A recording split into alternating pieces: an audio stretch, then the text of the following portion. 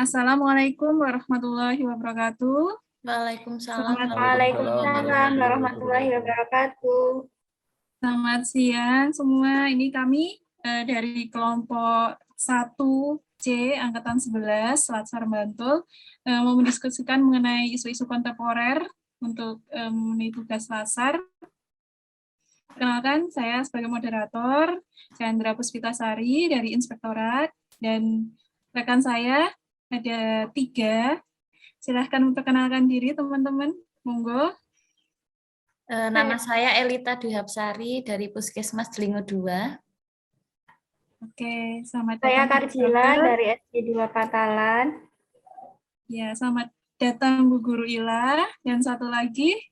Saya Pak Andi Dwi Susilo dari SD 3 Temuh. Oke, terima kasih Pak Andi. Pak Andi juga Pak Guru. Ini kita mau mendiskusikan masalah isu-isu kontemporer yang terjadi sekarang ini. Perkembangan globalisasi tidak menutup akses banyak hal perkembangan yang bermanfaat untuk kita semua ya, salah satunya teknologi informasi dan sebagainya. Dan di abad 21 ini terus kita mendapat tantangan suatu pandemi datang ke Indonesia dan seluruh dunia, menyerang negara-negara semua, dan kita harus pandai menyiasati dan bagaimana menanggulangi, walaupun ini sudah berjalan 2 tahun dari 2020 dan ini sudah masuk tahun kedua 2021.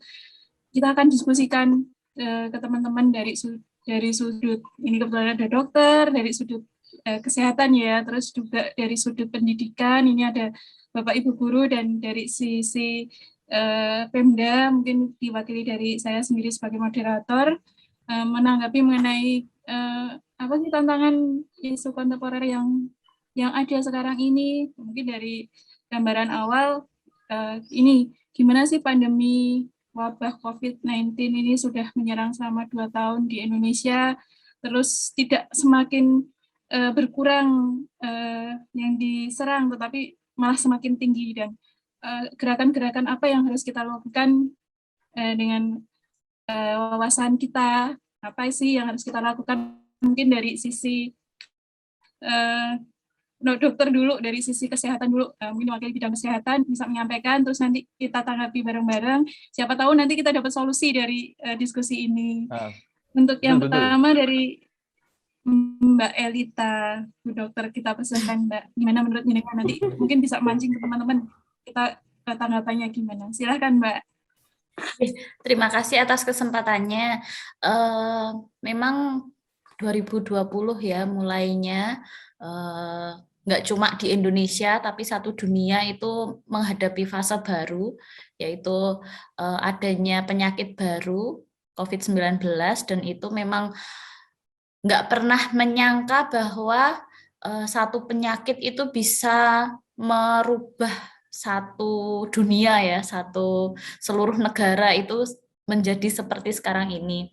Kalau dari sisi kesehatan sendiri, memang COVID-19 itu kan termasuk virus ya, dan itu istilahnya menularnya itu kan dengan sangat mudah, karena si virus ini kan dia menularnya itu lewat namanya droplet. Jadi memang virus ini kan dia menularnya tuh sangat mudah lewat droplet. Droplet itu kan istilahnya percikan ludah ya. Jadi kita ngomong, kita teriak, berbicara, terus bersin, batuk, itu dia si dropletnya itu sudah bisa keluar. Makanya si virus ini mudah sekali menular. Nah, itu kenapa terus bisa menyebar ke seluruh dunia.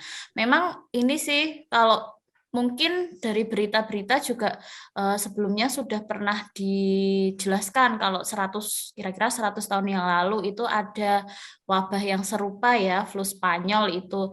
Tapi kan setelah 100 tahun zaman sekarang ini mobilitas kita kan sangat tinggi ya. Mungkin kalau 100 tahun yang lalu perpindahan orang dari satu tempat ke tempat lain itu tidak akan secepat sekarang. Jadi kayak wabah flu Spanyol itu mungkin walaupun itu juga cepat menularnya,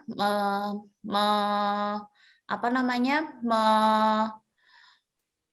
satu banyak negara yang kena juga, tapi karena zaman sekarang perpindahan orang itu sangat cepat, maka dalam waktu yang singkat juga si virus ini kan sudah menyebar ke seluruh negara ya, termasuk salah satunya di kita di negara Indonesia.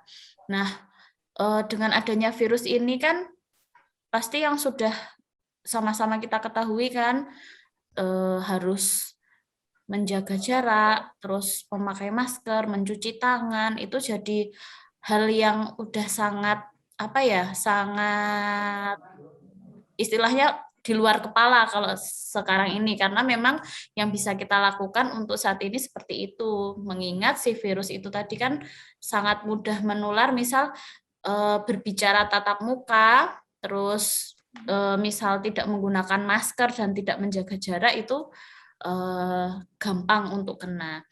Dan masalah yang selanjutnya, si virus ini mungkin kalau seperti MERS atau SARS itu kan itu juga sama menularnya lewat kayak droplet udara juga. Tapi perbedaannya kalau misal kayak SARS atau MERS yang dulu pernah kejadian juga, penyakit-penyakit itu kan biasanya berat. Jadi kayak OTG gitu kan nggak ada. Makanya biasanya yang kena itu udah langsung di rumah sakit. Tapi kalau si COVID ini, dia itu kenapa bisa berbeda? Karena ternyata orang yang kena virus ini tuh tingkat sakitnya beda-beda. Jadi ada yang benar-benar nggak ada gejala, OTG, merasa sehat, padahal di dalam tubuhnya tuh ada virusnya kan. Ada yang gejalanya ringan, cuma batuk pilek aja, ini mah flu biasa, ternyata memang dia positif COVID. Ada juga yang sedang dan sampai yang berat, atau sampai yang sesak nafas, gagal nafas pakai ventilator, dan ada juga yang sampai meninggal. Nah, seperti itu. Nah, dengan pertama dia gampang nular, terus yang kedua dengan tingkat sakit yang berbeda-beda ini, kalau menurut saya yang jadi menimbulkan masalah, karena yang pertama, karena tingkat sakitnya itu beda-beda, banyak orang yang terus merasa, sakit COVID tuh ya gitu aja lah, aku kemarin udah kena dan ternyata nggak apa-apa tuh, misal kayak gitu. Tapi ada juga yang misalnya entah itu karena komorbid atau udah tua, terus jadi ya sampai tidak tertolong, itu juga ada. Makanya pemahaman di masyarakat yang masih bervariasi dengan banyaknya hoak, berita palsu yang beredar, banyak yang nggak percaya COVID, terus disuruh pakai masker juga susah, merasa itu hanya COVID tuh hanya di COVID-kan lah, atau misal itu tuh lebay banget sih, takutnya sampai seperti itu. Nah, itu sih yang menurut saya jadi masalah nih sekarang. Karena istilahnya kalau misalnya kita satu Indonesia tuh kompak, yuk kita bareng-bareng nih, kita lawan si COVID-nya ini. Semuanya ikut prokes misal ya. Itu sebenarnya insya Allah bisa ditekan sih, tapi karena sekarang banyak yang nggak percaya, banyak yang pakai masker susah dan lain-lain, ya jadinya seperti ini. Sampai setahun lebih pun belum teratasi. Gitu sih kalau dari saya.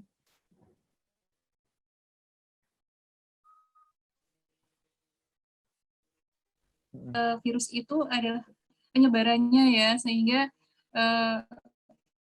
kok bisa sih langsung dalam jumlah banyak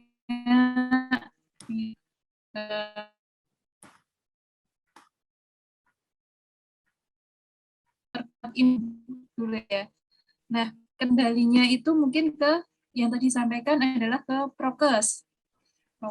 Nah, mungkin tadi ditemukan ada masalah-masalah seperti hoax, terus pengapian ke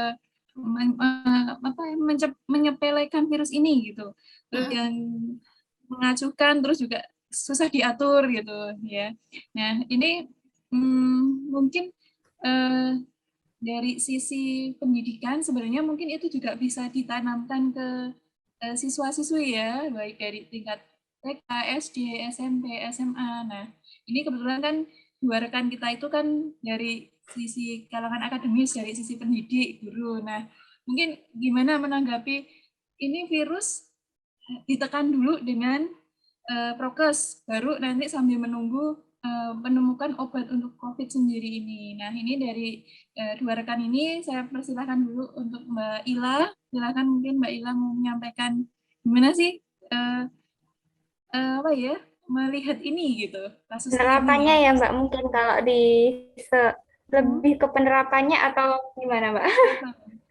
Kalau lihat COVID-nya Dari sih emang sisi Mbak Ila sendiri. ini ya Mbak. Oh iya, kalau di daerah tempat saya sendiri, tempat ngajar, sekeliling ngajar itu tuh sebenarnya lumayan banyak yang kena gitu loh Mbak kasusnya. Tapi sayangnya di sekitar situ tuh kesadarannya juga masih kurang gitu. Banyak yang masih berlalu lalang nggak pakai masker kayak gitu. Kalau saya sendiri penerapannya ke anak-anak biasanya kan jangan lupa pakai masker kayak gitu-gitu tuh saya sampaikan di grup. Dan itu nggak cuma di grup juga sih, tapi kadang kalau misalnya kita bikin video pembelajaran gitu ya Mbak, pasti kan kita prolognya ada jaga prokes dan lain sebagainya. Nanti pas endingnya juga iya, terus nanti dikasih kayak gambar-gambar jaga prokes dan lain sebagainya kayak gitu. Sebenarnya ya dari sekolah pasti adalah Mbak ikhtiar untuk mencanangkan prokes, tapi kadang-kadang kita ngelihat itu orang tuanya sendiri juga nggak pakai gitu loh Mbak kendalanya. Kalau misalnya ke sekolah aja ya Mbak, ke sekolah kan anak-anak itu harus pakai masker kalau mau dilayani, misalnya mau bayar LKS atau mau misalnya ambil LKS atau misalnya mau ambil tugas itu harus pakai masker, harus cuci tangan dulu dan lain sebagainya kayak gitu. Tapi kadang kalau mereka diantar orang tuanya, justru orang tuanya yang nggak kayak gitu loh Mbak. Jadi anak-anaknya otomatis ikut-ikutan gitu kan. Ya itu sih sebenarnya banyak juga kendalanya dan itu harus kan kita homeschooling, ya enggak ya homeschooling juga sih, tapi kan anak-anak belajar dari rumah juga ya Mbak. Jadi harapannya ya bisa kerjasama lah sama orang tua juga penerapan prokes bisa menjadi contoh buat anak-anaknya kayak gitu sih. Kalau guru sendiri nanti gurunya udah ngomong bla bla bla bla, tapi di rumah orang tua enggak, kan ya sama aja ya Mbak. Anak-anak mesti ngikutnya orang tua juga, ngikut ke lingkungannya dan lain sebagainya seperti itu.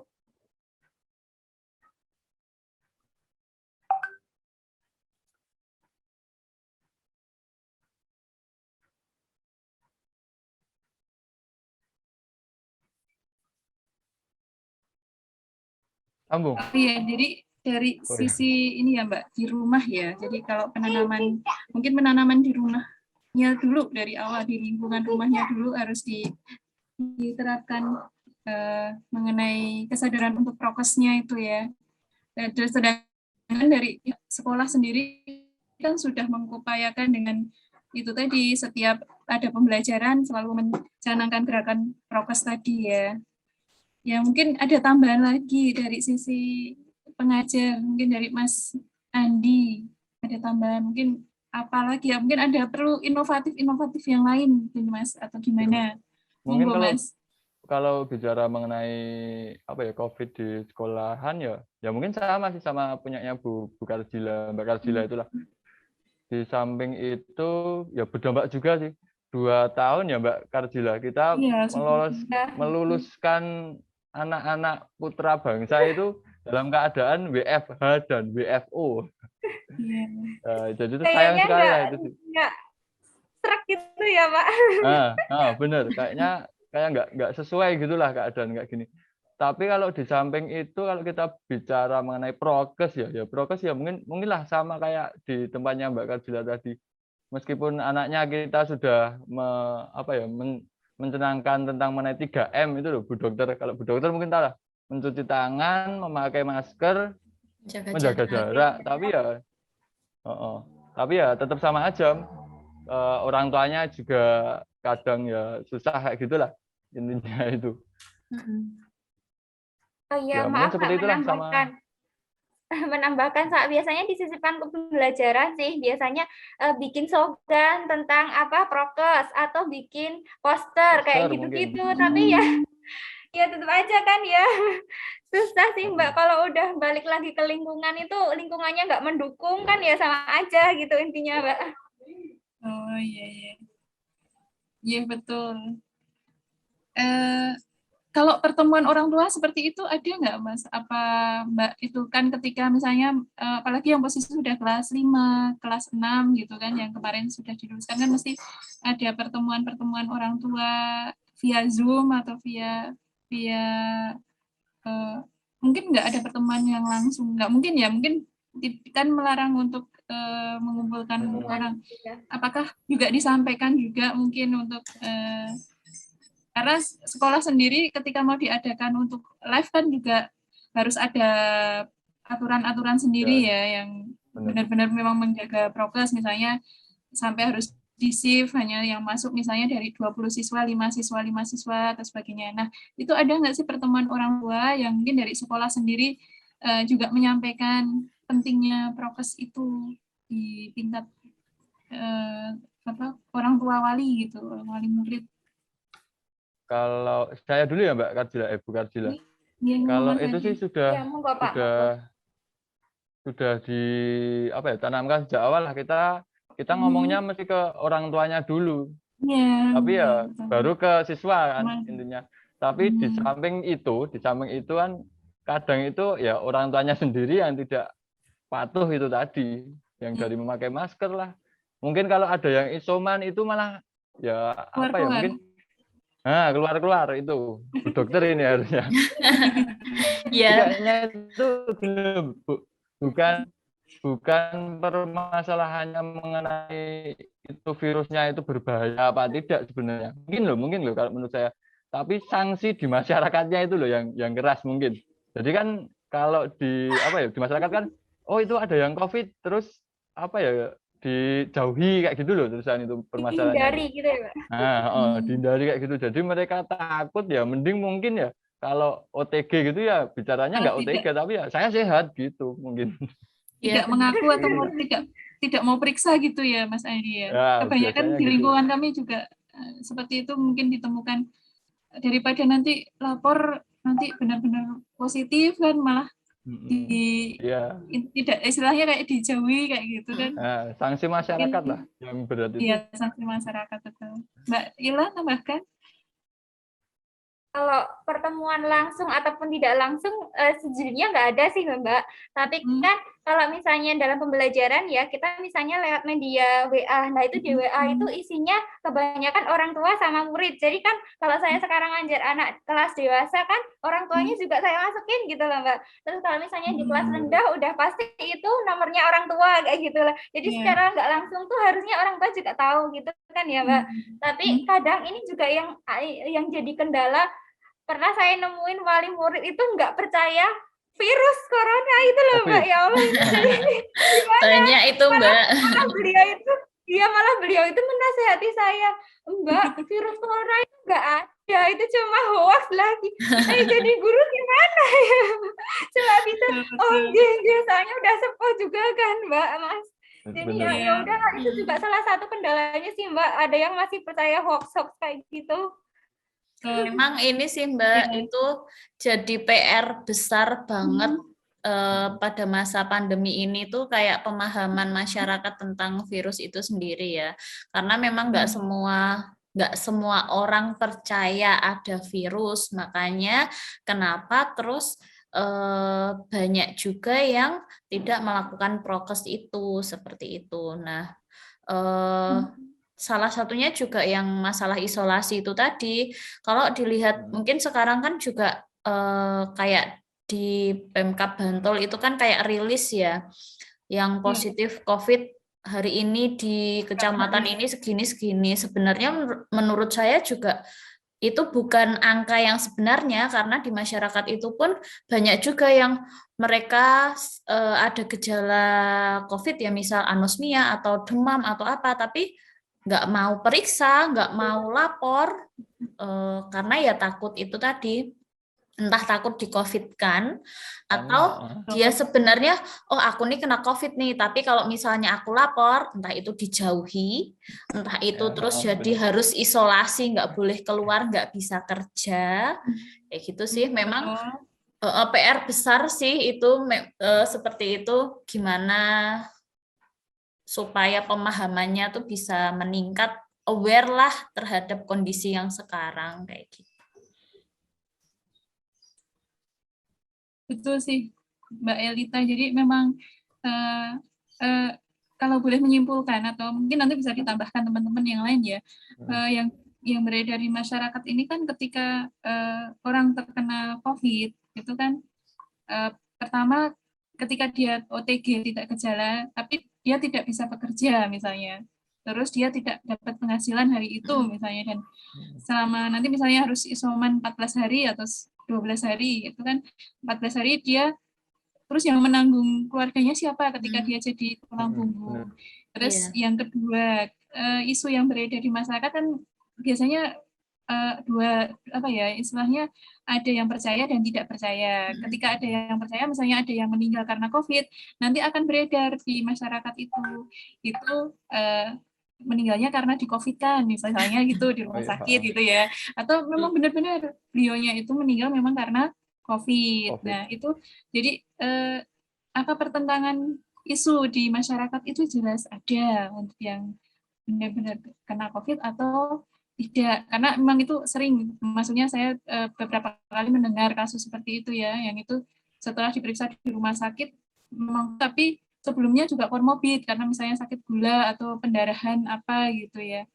Terus juga yang ketiga, sebenarnya apakah penanaman pemahaman mengenai COVID itu bisa dilakukan di sekolah?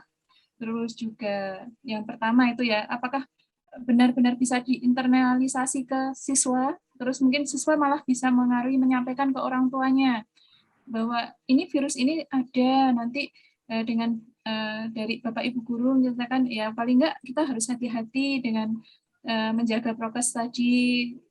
Kita harus contoh nih Bapak Ibu, saya sekolah saya pakai masker, Bapak Ibu juga harus pakai masker misalnya, itu dari siswa. Terus nah apakah dari sisi puskesmas juga ada, mungkin juga ada gerakan-gerakan, kalau saya sih beberapa kali memang dari puskesmas itu memang sangat aktif ya untuk misalnya tracing kontak erat dengan pasien ya Mbak ya. Kalau nggak salah kan dari puskesmas itu kan juga gencar seperti itu ya mungkin salah satu program yang saya lihat. Terus juga memberikan vitamin-vitamin dan tambahan suplemen untuk yang terkena COVID atau pasien yang isoman misalnya. Terus juga dari pemerintah memang ada beberapa rumah sakit khusus atau yang tempat untuk isoman sendiri yang di Bambang Lipuro, terus juga menambah tempat shelter-shelter untuk pasien ya. Nah, itu mungkin juga salah satu solusi. Nah, ini mungkin dari sisi puskesmas, terus juga dari sisi lingkungan sekitar, dari peran dari Bapak Ibu guru, terus juga mungkin dari sisi kecamatan sendiri, karena saya juga lihat program dari kecamatan itu untuk sudah ada zona-zona merah, zona hitam, zona kuning, zona orange, itu mungkin salah satu juga pengendalian juga yang sudah diupayakan. Nah, ini mungkin ada beberapa kesimpulan dari saya. Mungkin ada yang menambahkan sebelum ini sudah selesai ya. Mungkin karena terbatasnya waktu, mungkin sebentar lagi kita tutup. Mungkin tapi ada tambahan dari teman-teman. Gimana sih solusi yang tadi dari kesimpulan tadi bisa kita lakukan gitu? Mungkin dari Bu Elita sendiri dulu, Mbak Elita. Mau nambahin ya Mbak ya.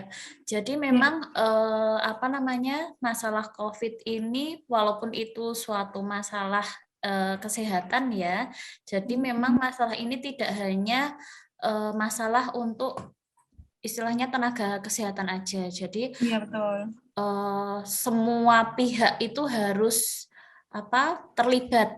Jadi entah mungkin dari yang sekolahan atau seperti kayak TNI, Polri, semua pihak itu tetap harus terlibat dalam penanganan pandemi COVID ini. kayak misal yang disebutkan tadi yang tracing itu memang kalau dari pihak kesehatan kayak puskesmas sendiri kayak tracing itu kan istilahnya hanya bisa menghimbau, oh yang kontak erat dengan ini dijadwalkan untuk tes hari apa, tapi kan kadang masyarakat itu udah dijadwalkan tapi tetap nggak mau datang, misal kayak gitu. Nah, nanti itu dari pihak-pihak mungkin dari pihak desa atau dari pihak TNI melalui Babinsanya, misal kayak gitu, mulai sih bergerak ke situ dengan selain yang kesehatan yang kayak menghimbau, menyarankan gitu, biasanya masyarakat juga mungkin lebih lebih terus jadi oh akhirnya mau kayak gitu. Jadi memang menurut saya kayak penanganan COVID ini tuh PR kita bersama lah kayak gitu. Oke. Ada satgas-satgas itu ya, satgas-satgas COVID itu ya Mbak ya, Betul. dari masyarakat. Kalau dari pendapat Mas Andi sama Mbak Ila, monggo. Kalau mungkin kita awal dari diri masing-masing dulu ya Mbak, kayak gitu. Jadi ya kalau saya kan guru, masa ya kita mau nyuruh pakai Kasih contoh. masker, tapi kita sendiri nggak pakai, Nggak jaga pakai. jarak. Jadi kita mulai dari kita sendirilah melaksanakan 3M, baru kita mengasih tahulah ke yang lain atau ke anak-anak didik kayak gitu. Seperti itu. Oh. Mbak Perlu nggak nih Sarjila? denda kalau tidak memakai masker nih? Sanksi kalau tidak memakai masker. Gimana itu? Tapi kalau untuk kumpulan-kumpulan dan sebagainya Ya, seperti mungkin lebih ke tugas arisan, saja ya. petugas saja. Mbak Ila, silakan Mbak Ila.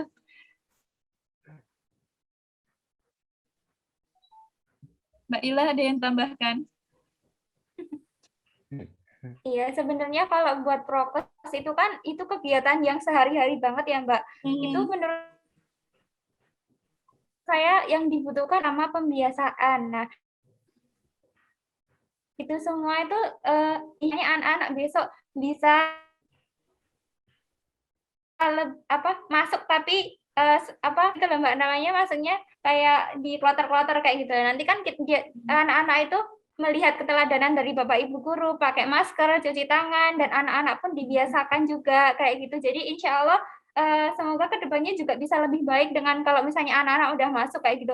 Kalau misalnya anak-anak di sekolah memang kita sebenarnya kesulitan juga sih Mbak untuk mengontrol kayak gitu kan ya, karena di rumah juga belum tentu dibiasakan dan anak-anak juga belum tentu terbiasa kayak gitu. Jadi mungkin itu sih kalau kedepannya lebih baik kondisinya, semoga kita juga bisa membantu untuk lebih anak-anak supaya bisa terbiasa menerapkan prokes kayak gitu aja. Mbak Elita, tambahan lagi? Udah kayaknya Mbak. Oke, jadi siang ini memang kita sudah berdiskusi banyak mengenai ini ya, penerapan prokes. Ya intinya sebenarnya juga mungkin dari penanaman diri sendiri, terus nanti berlanjut ke pembiasaan. Nah nanti yang sebagai dari kita, mungkin kita bisa bersikap untuk memberikan keteladanan. Nah, mungkin nanti kembali ke profesi masing-masing, di situ nanti kita akan ada kewajiban untuk bagaimana sih biar virus COVID-19 ini bisa ditekan dengan salah satu tadi menekankan prokes tadi. Ya, mungkin bisa masuk ke profesi kita dengan apa yang harus kita lakukan. Nah, ini tadi kita sudah simpulkan dari teman-teman yang baik yang berprofesi ke dokter maupun guru ataupun saya sebagai aparat dari Pemda gitu ya, untuk menekan virus COVID-19 ini dengan menerapkan prokes, terus juga memberikan keteladanan, dan nanti kedepannya harapannya ini segera bisa ditemukan obatnya dan semoga segera berakhir wabah ini. Amin. Mungkin itu dulu dari kami kelompok 1C angkatan 11. Terima kasih atas perhatiannya. Wassalamualaikum warahmatullahi wabarakatuh. Waalaikumsalam warahmatullahi wabarakatuh.